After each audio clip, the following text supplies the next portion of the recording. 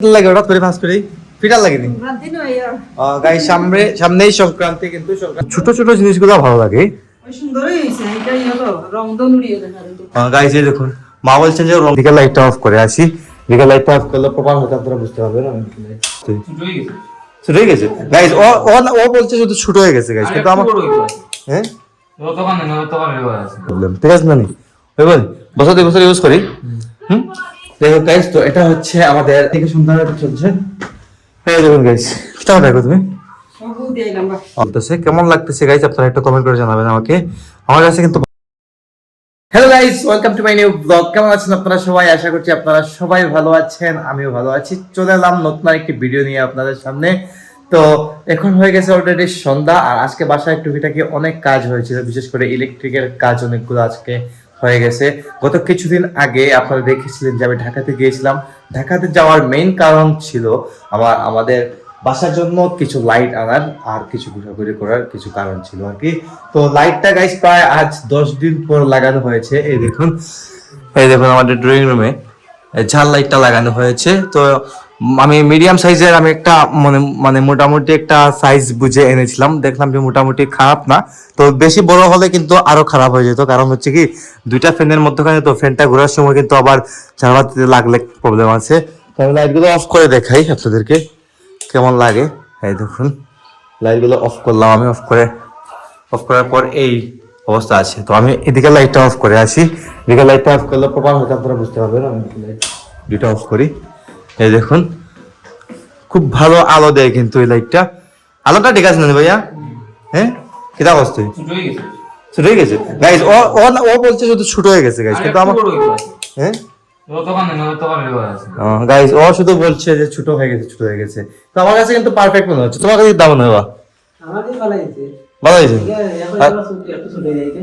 তবে গাইজ একটু তো ছোট হয়েছে সেটা মানতেই হবে আর একটু এক সাইজ বড় হলে কিন্তু ভালো হতো আমি কিন্তু যতটুকু পেরেছি আইডিয়া করে নিয়ে এসেছি তো মানে বেশি বড় আনলে প্রবলেম বেশি ছোট আনলেও কিন্তু প্রবলেম তো কিছু করার নেই নিয়ে এসেছি আরেকবার আমরা চেঞ্জ করে নেবো আরেকবার আমরা বদলতে পারবো এটা কোনো প্রবলেম না বছর 2 বছর এটা ইউজ করে আরেকটা আমরা নিয়ে আসতে পারবো নো প্রবলেম ঠিক আছে না নি ওই বল বছর 2 বছর ইউজ করি দেখো গাইস তো এটা হচ্ছে আমাদের ড্রয়িং রুমের ঝাড়টা আলটিমেটলি লাগানো হয়েছে এদিকে আবার কিন্তু ঠাকুরঘরের সামনে আবার দুইটা লাইট আমি এনেছিলাম আমি হয়তো বলেছিলাম ঠাকুরঘরের সামনে দুইটা ব্র্যাকেট আনবো তো দেখাই আমি সন্ধ্যা হয়ে গেছে তো তাই দেখে সন্ধ্যা চলছে এই দেখুন গাইস কেমন দেখো তুমি গাইস এই দেখুন ঠাকুরঘরের সামনে এই দুইটা লাইট আমি এনেছি এই দেখুন গাইস লাইটটা কেমন লাগে দেখুন এটা ব্র্যাকেট এটা অফ করেছে এই দেখুন তো সবকিছু অফ বাইরের এই দুইটা লাইট শুরু চলতেছে কেমন লাগতেছে গাইস আপনারা একটা কমেন্ট করে জানাবেন আমাকে আমার কাছে কিন্তু ভালো লাগতেছে ভাই বলেছিল একটু বড় সাইজ আনার জন্য কিন্তু আমি ছোটটাই আনলাম কারণ ছোট ছোট জিনিসগুলো ভালো লাগে গাইস এই দেখুন মা বলছেন যে রংধনু এই দেখুন রংধনুর মতো লাগে কিন্তু সত্যি গাইস সাজ্জাদের কালার দেখা যাচ্ছে মা বলছেন এটা এই যে কালার গুলো আর কি এটা দেখা যাচ্ছে বোঝা যাচ্ছে খুব ভালো লাগতেছে খারাপ লাগতেছে না আবার সব লাইট গুলো জ্বালাই জ্বালানোর পর দেখুন কেমন লাগে সব লাইট গুলো জ্বালানোর পর তেমন একটা খারাপ লাগে না ভালোই লাগে তবে একটু আলোটা কম লাগতেছে সবগুলা নিভিয়ে ফেললে এই দুইটা কিন্তু আলো বাড়িয়ে দেয় তুমি কি টাকা করছো গাইস মা ঠাকুরকে ভোগ দিয়ে এসেছেন সন্ধ্যা হয়ে গেছে আমি কফিটা খাবো আর গাইস একটা কথা তো আপনাকে বলাই হয় না এই দেখুন স্বাক্ষর কিন্তু এখন আবার নতুন করে ডোরেমন দেখা শুরু করে দিয়েছে রেগুলার ডোরেমন দেখা আমি ভাবছিলাম হয়তো এমনিতেই একদিন দেখতেছে বাট এখন দেখা রেগুলার আবার ডোরেমন দেখা শুরু করছে মানে আবার ছোট হয়ে গেছে ওর বয়স 4-5 বছর ছিল তখন ও কিন্তু ডোরেমন দেখতো এখন ওর বয়স ম্যাচিউরড হয়ে গেছে তারপরও কিন্তু ও ডোরেমন দেখে কি হইছো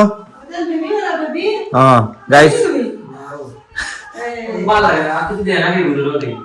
গাইস মা বলছেন ওনাকে বেবি হয়ে গেছে আবার সত্যি কিন্তু আমার বেবি হয়ে গেছে তার কারণে আবার ডোরেমন দেখতেছে ঠিক আছে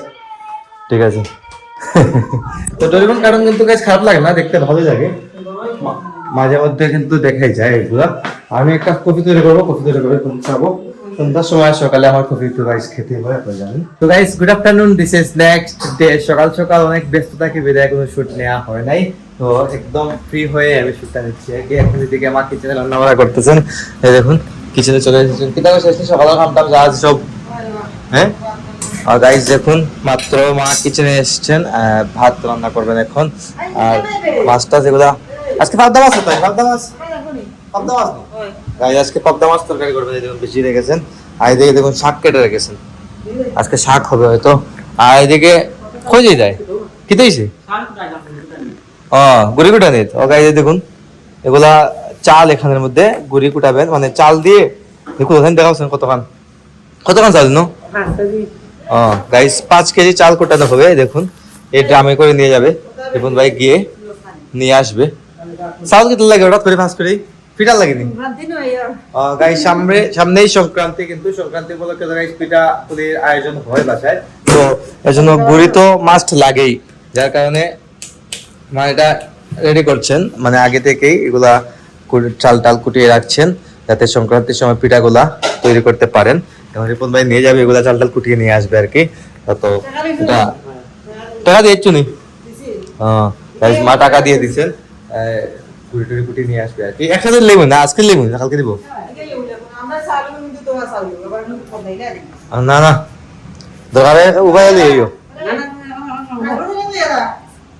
গাইস মা বলছেন রিপন ভাইকে কিছু খেয়ে যেতে, তো ঠাকুরের প্রসাদ খেয়ে যাবে আর কি। আমার কি লাগছে গো চলে। ও গাইস মা দেখুন আমার জন্য এদিকে দেখুন সুজি তৈরি করেছেন। সুজির অবস্থা দেখুন কিরকম অবস্থা, একদম ক্ষীরের মতো হয়ে গেছে, কিন্তু দেখতে কিন্তু লাগতেছে খুব ভালো লাগবে। কিসমিস টিসমিস সব দেওয়া, ড্রাই ফ্রুটস দেওয়া আছে মধ্যে, এটার মধ্যে দুধ দেওয়া করছে না গাইস, দুধ দিয়ে করেছে। তো ঠাকুরের প্রসাদ গাইস সত্যি এমনিতেই অসাধারণ হয়, খুবই মজা হয়, অমৃত লাগে। একটা চামচ আনবো, আমি চামচ দিয়ে দেখাবো, ভালো লাগে কিন্তু খেতে। মাঝে মধ্যে গাইস আমি ডায়েটের বাইরে চলে যাই, মাঝে মধ্যে কি আপনারা দেখেন তাই, কিন্তু আমি ডায়েটের বাইরে চলে যাই, কিছু করার নেই গাইস।